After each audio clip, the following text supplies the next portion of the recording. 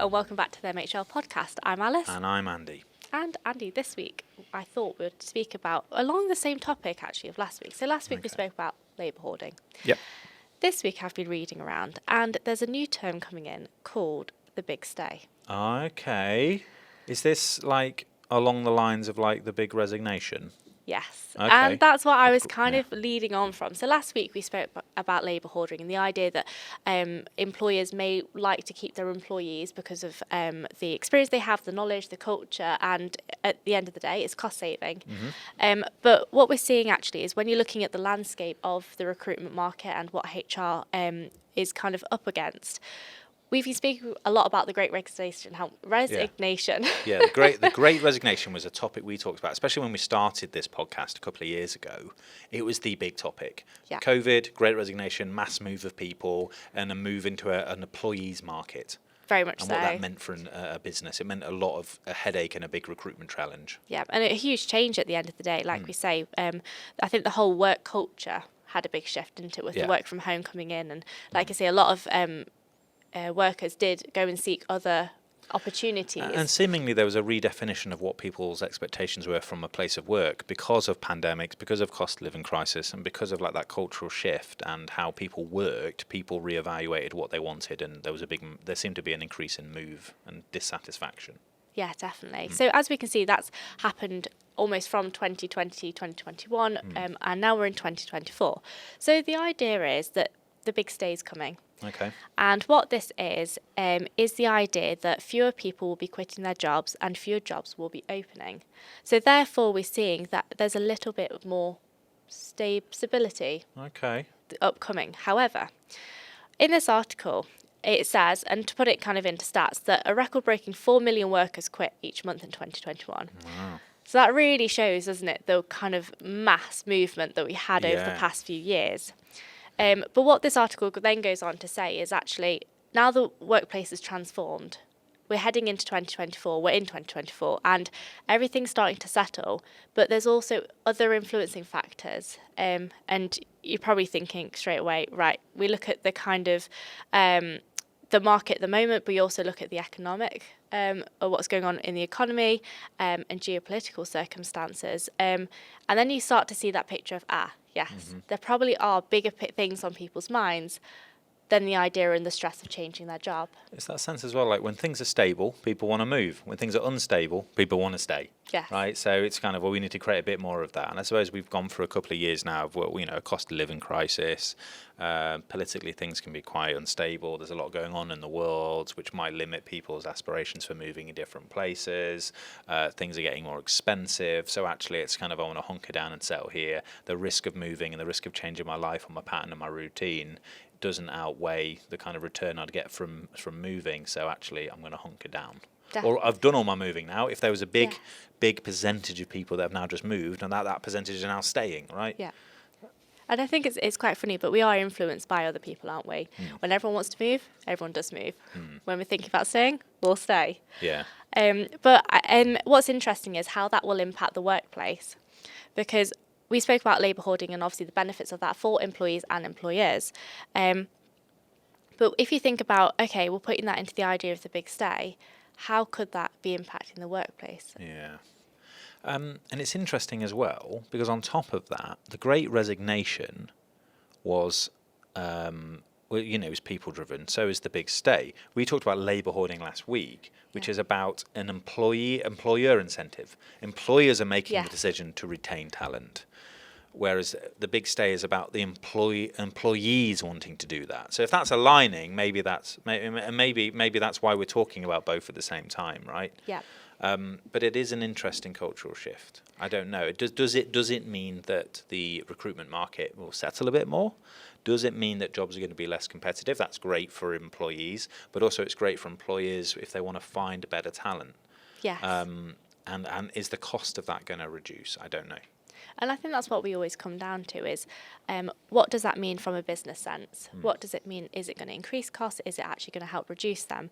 But I think probably the bigger question is, if there is the big stay coming and we're seeing less movement of people and we're seeing almost, if this article suggests that there's less jobs opening, what does that mean for a company culture? And for the HR department, if things are settling, how can they take advantage of less movement? Yeah, because I assume, like, a lot of businesses will use the influx of new talent into an organisation to help support change management, right? Yes. You know, new ways of thinking, new people coming in. So actually, that it could potentially pose a question of how are you going to enforce change management, or change of direction, or a pivot, or a different way of thinking when you're relying on the same talent. How you have to do that with the individual rather than using new people to bring that change in. Definitely, and I think that comes to another term that I remember it's slightly being mentioned last year, and I know it's a big one coming again, but levelling up. So on that point, I think the learning and development teams probably come into play here quite a lot, because that is their specialism, that is what they're there to do. They're there to level up the employees that are in the business, they're there to drive the vision and culture of the business, and ultimately make sure that everyone's working to the bigger goal, the bigger strategy of that year. So in terms of HR software, they can be inbuilt in the software, but we spoke also previously on podcasts about the LXP and LMS. So it's, again, looking at what technologies are available, what platforms, or what you can bolt onto your HR software to help almost leverage the workforce that you have. And I also think there's an element here, we've talked about employee experience, right? Yes. The longer you are expecting now to retain talent and hold that, the more pressure you have on making sure that your employee experience and your journey is better. Because if you were a company that previously focused on actually a bit more of a churn in your recruitment, and all you wanted to bring in new people, you're more looking at onboarding and that great experience, but you're not looking at the longevity. If you're focusing now to longevity, you need to look at, well, okay, what does that mean for employees who are staying longer? What's that benefits package? What's the reward for supporting that longevity? If we're saying that we want people to stay, what are we going to do to make them feel like they've earned that, or that, you know, they're getting something back from that commitment? That's got to be factored into the employee experience. Definitely, and I think it'll be interesting to see what crops up, because like we say, with the big resignation, we saw, work-life balance came into play. We saw a lot more people moving, I think, outside of cities into more rural areas, so a whole lifestyle change. So when flipping that around, you kind of think, right, so what could be staying in terms of, like you said, with that benefits package? How are businesses now going to compete? Because employees will always be looking, I think, is the grass greener on the other side? I think it's fair to say that it's always on the mind. But again, businesses should be looking internally. What with their employees, what do they really want? What is it that they're really searching for? Because if we have the economy as it is at the moment, very uncertain, it's almost like the employers should be stepping up to say, we know that this is going on, but look, you've got a good job here, you're stable. Let's kind of build the team here. It's a good opportunity, isn't it? Like, you know, everyone's worried about things costing a lot more money, or everyone's worried about what that means for them and their own development. We actually say you can put yourself in a position where, like, you know, we're your safe bet now. You're with us. Let's make sure we're looking after you. Because if you can do that and you can rely on us, you can stick with us for life. You're good, right? I think there's a lot of opportunity there. I think also it goes back to a point we made on a previous couple of weeks about how do you find out the reasons why they're staying? If people are staying, if you are feeling the benefit of the big stay, why? What are you doing right? Are you surveying your employees enough to understand their motivations for staying with the organisation? Is it because they feel like they're on a learning and development path, so they're growing? Or do they want just the stability? Do they like the company culture? Is it because they've got a good manager? Is it because they feel like this place connects with them? You need to know those reasons just as much as you need to know the reasons why people are dissatisfied and want to leave. It's just as vital. Yeah, and a key point with that is if you collect the information, use it, put it into action, and it doesn't have to just be the HR departments that do that. Feed it down to the manager or heads of the managers, the execs of those departments, and make sure that it's put into play. Because it's one thing collecting it, and I remember, not off the top of my head, but the stat being really low about businesses surveying their employees and their experience. But almost, a lot of companies will survey their customers on their products and services, but hardly any are doing it internally. And I think that's such an important thing that's missed out for a lot of businesses, and especially to be doing it early on in the year. Well, the business, again, like you say, businesses will do it for their customers so much, like everyone shouts about, we need a case study. We've got this client who's really happy, so we should shout about it. You should do that about your employees as well. Your employees are the things that are driving your workforce. So make sure you're capturing your wins so you can learn from it and make sure that everyone else has that experience. Definitely. And reflecting on the past few years as well, we've been quite reactive. I think most businesses have been reactive to the circumstances. But if this article is implying that the big stay is coming, it's how can you be proactive now? So can you put out a survey and benchmark where you are and where you are in a 6 months' time or a year's time? Can you benchmark if people's well-being's got better? Is there more resources for them now? Benchmarking their learning and development and what's on offer to them. You do need to know this information before you make assumptions, because otherwise we could just sit there and go, oh, don't worry, everyone's going to stay now. Data says, that everyone's saying there's a big stay. All our employees are fine. They're not going to go anywhere. If you haven't done that work, you might be wrong. And then you might be like, we still got a big recruitment challenge ahead of us. Yes, yeah. But again, it goes back to the accessibility of data, doesn't it? Yeah. We'll talk about it. We're a HR software payroll company.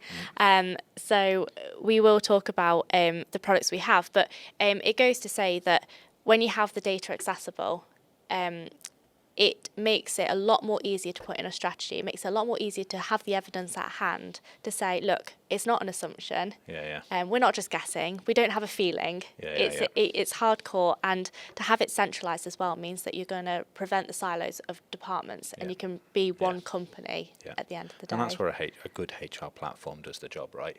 It's giving you the data to show you why people are behaving the way they are, so you can make better business decisions. And equally, twofold, we've talked about people software before being a great channel to create recognition and appreciation for employees. The more you're doing that, the more likely you're going to get that data back that says why people are happy and they want to stay.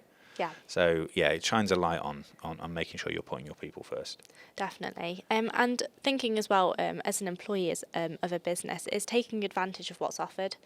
Because at the end of the day, a job's a job.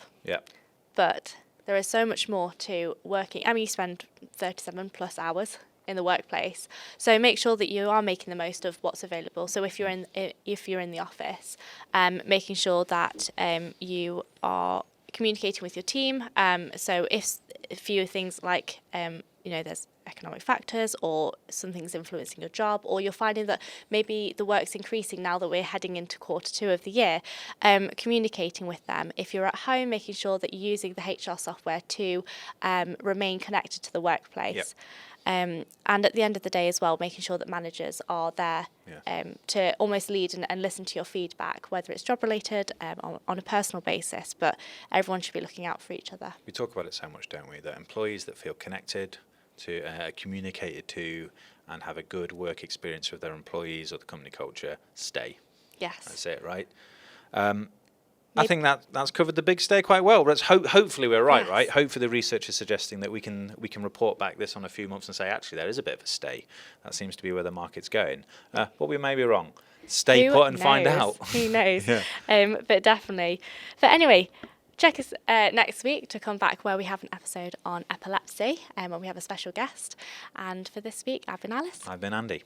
Thank you very much. Cheers. Bye.